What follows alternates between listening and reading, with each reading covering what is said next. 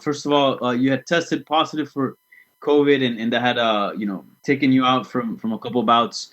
How are you feeling now, and how was your experience dealing with the virus? I feel great now. It's like nothing ever happened. I was very, very fortunate in that for me, I had a stuffy nose for like 2 days. That was the extent of it. I didn't lose taste or smell or anything like that. I didn't have a fever. So I just happened to be, I don't know how rare or common it is, but for me, it was just my case that I was fine. Yeah, and you're taking on someone that is sort of taking the MMA world by storm, and a lot of people are building a lot of hype behind this guy. And uh, you've spoken in many interviews how you kind of felt a little bit disrespected that they're already talking about a future opponent beyond this fight. Um, Now that the bout's a lot closer, how do you feel? Do you still feel that way, or has that sort of feeling dialed down, and you're more focused on the bout itself?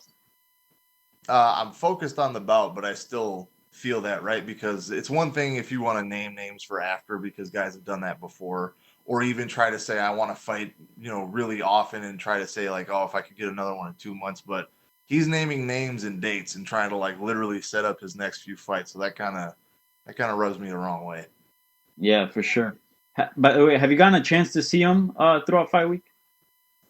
Yeah, we passed each other in the hallway earlier today, and I mean, it was pretty quick. He tried to like I think he was trying to talk trash to me. I think he just kept saying like don't talk too much.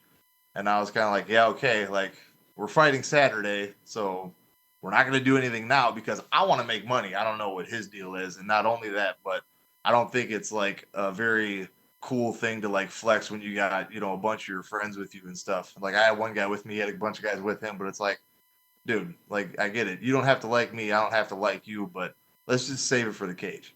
Right.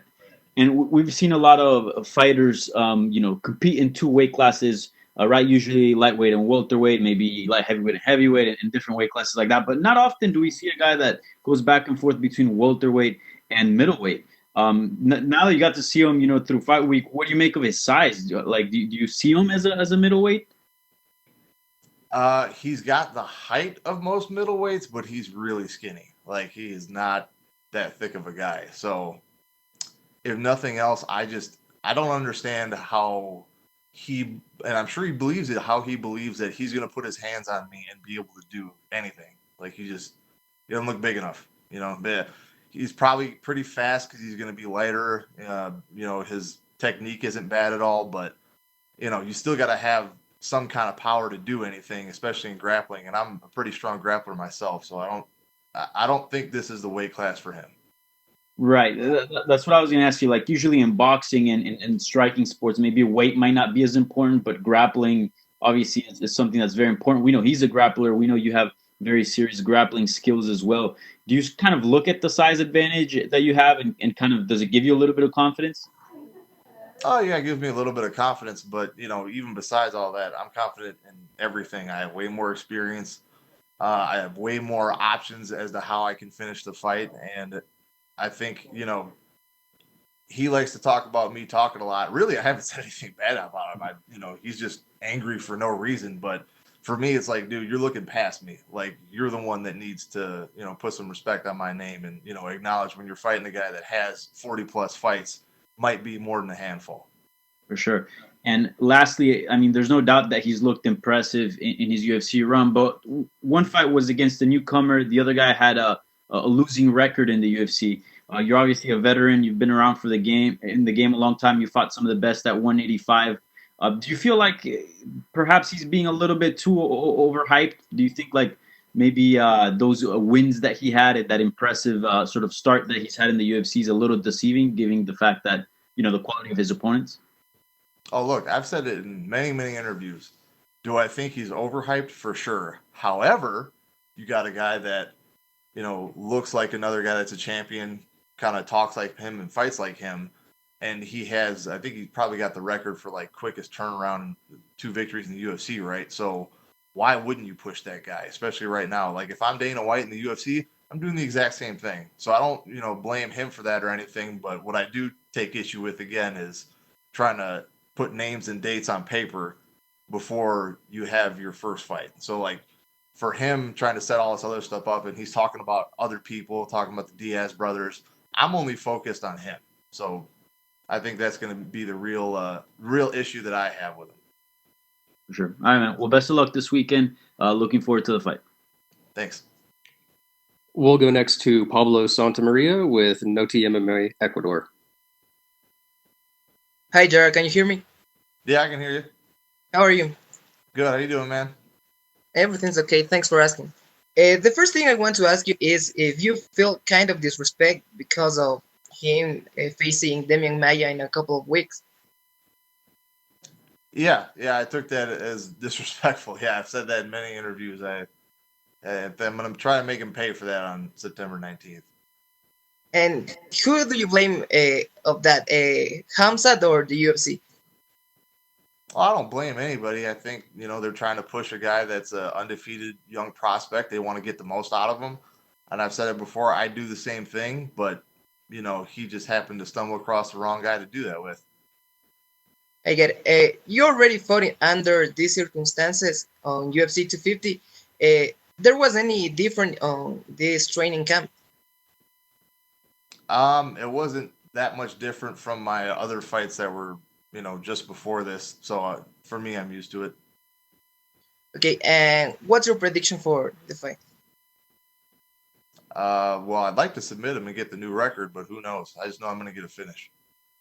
Okay, thank you very much, Gerald, and good luck, Khamzat. We'll go next to Gabriel Gonzalez with Cageside Press. Hey, Gerald. I saw your interview with ESPN and you said a line that stuck with me.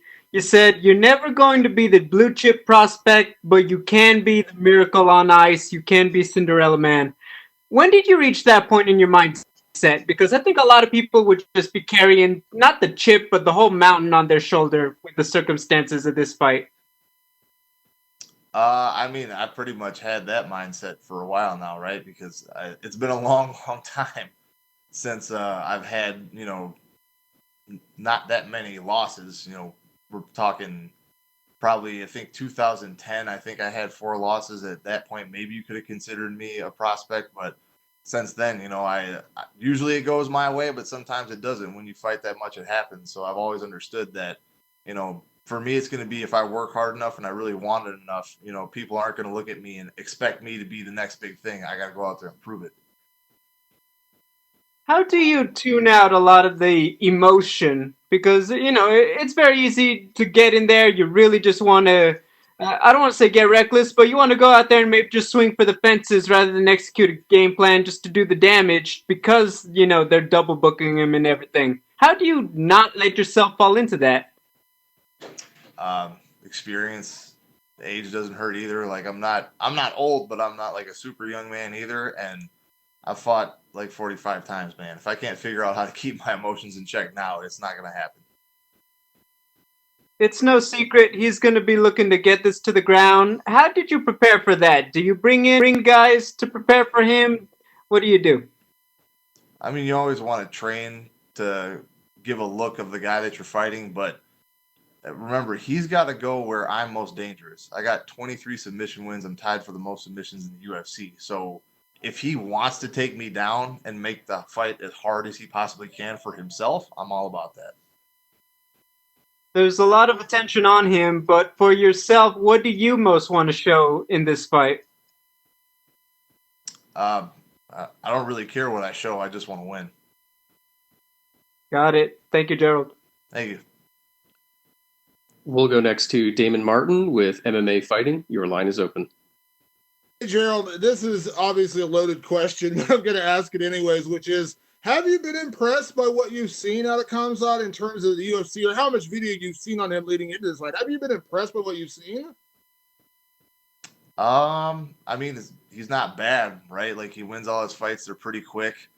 It's kind of hard to tell with someone who's that new because they don't give him any sort of resistance, right? All of his fights, he's looked great, but it's easy to look great against guys that either aren't good at what you do or that are way smaller than you and aren't good at what you do. You know what I mean? So most of his fights that I've seen, he's usually the bigger man.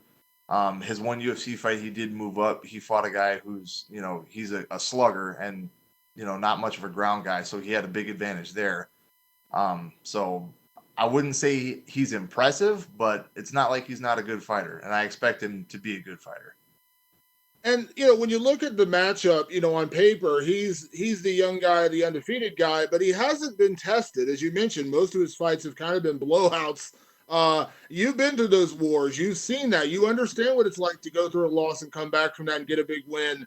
How much does that play a factor in this fight if he does get in those deep waters where he goes in the second round or the third round, or he goes for a submission, doesn't get it, or he starts gassing himself out with punches? Like, these are all things we really haven't seen from him yet. Right. I think it helps a lot. I mean, experience is going to play a big role. And I've been in situations where I've tried to go for stuff and it doesn't work, or I, lose part of a fight and then I come back. He's never had to handle that mentally. And as much as he can prepare himself for it, it's different when you're in there. You mentioned it earlier, the little fight week, I won't say altercation, but like the brush, like when you have that kind of experience, like the mental warfare side of things, are you able to just kind of laugh that off? Do you just kind of like shake your head and say, why are we doing this on fight week? Because we've seen that a million times, and there are real head games. We've seen some guys absolutely get affected by it. Yeah, I don't really care. You know what I mean? Like I said, I don't think I've actually said anything like bad about him. So I don't know why he was so upset, or if he thinks that makes him look like a tough guy or whatever. But again, it's water off my back. I don't really care what he's going to say, because we have a contract in place that says on Saturday night they're going to lock that cage door and we get to figure it out ourselves. And last question, Gerald. I know this is not to do with your fight, and I know you're a little biased in this question. The main event this weekend, Tyron Woodley against Colby Covington. Tyron's a training partner of yours, so I'm not going to ask you to pick against him, but can you kind of give us an idea? I know he wasn't in camp with you guys for this fight, but kind of give me an idea what you expect out of this fight, knowing Tyron like you do. I expect Colby to be left in the bloody pile in the middle of the cage. That's what I expect. Thanks, Gerald. Thank you. We'll take our final question from Jeffrey Harris with 411 Mania NNA. Hello, Gerald. Good afternoon. Thank you for the time. What's up? So this quarantine period is nutty enough as it is, but I'm just curious, what's it like to be training and fighting during a time like this, during this whole sort of COVID era? Does it give you something to focus on? More annoying. Okay. Well, But is it a good distraction to be fighting at a time like this? I'm just curious from your perspective. I mean, I don't really look at it as a distraction necessarily. And I mean, it's affecting everybody differently, right? I live in a decently populated area, but I'm not like in New York or something where it got hit really hard. So for me, luckily, it hasn't affected me and my family too much. And I mean, outside of the normal regulations that everyone's following, there's been like, we had to shut down the gym for a little bit, but it hasn't been much of a difference for me. I don't know if you've seen the betting odds for this fight, but DraftKings has you at plus 360 and Khamzat at minus 500. Do you think that maybe puts more pressure on him and less on you for this fight? He probably doesn't gamble or understand what that is, so I doubt it. We've signed a contract. We know what numbers we're getting, to show up and win. So that doesn't really affect anything. Like, we all already know he's the big favorite. So I doubt that has any effect on him. They probably groomed him up to this point to feel like he's unstoppable, like he should be that guy. So, if anything else, it's just going to make me laugh harder when all these bookies figure out that they were way off on those numbers. So I think this is your third fight this year, right? Would you want to make it a fourth time this year? Do you want to stay active for 2020? I mean, we'll see what happens after this fight. I'm not going to overlook anyone like my opponent. I'm going to go in there. I'm going to fight my hardest. And if I'm still healthy and hungry and I want to do it, then I'm all for it. If not, we're getting close to the end. I could probably sneak another one in December if everything goes according to plan. But, who knows? We'll have to figure that out after the 19th. Thank you, Gerald, and good luck on this matchup. Thanks.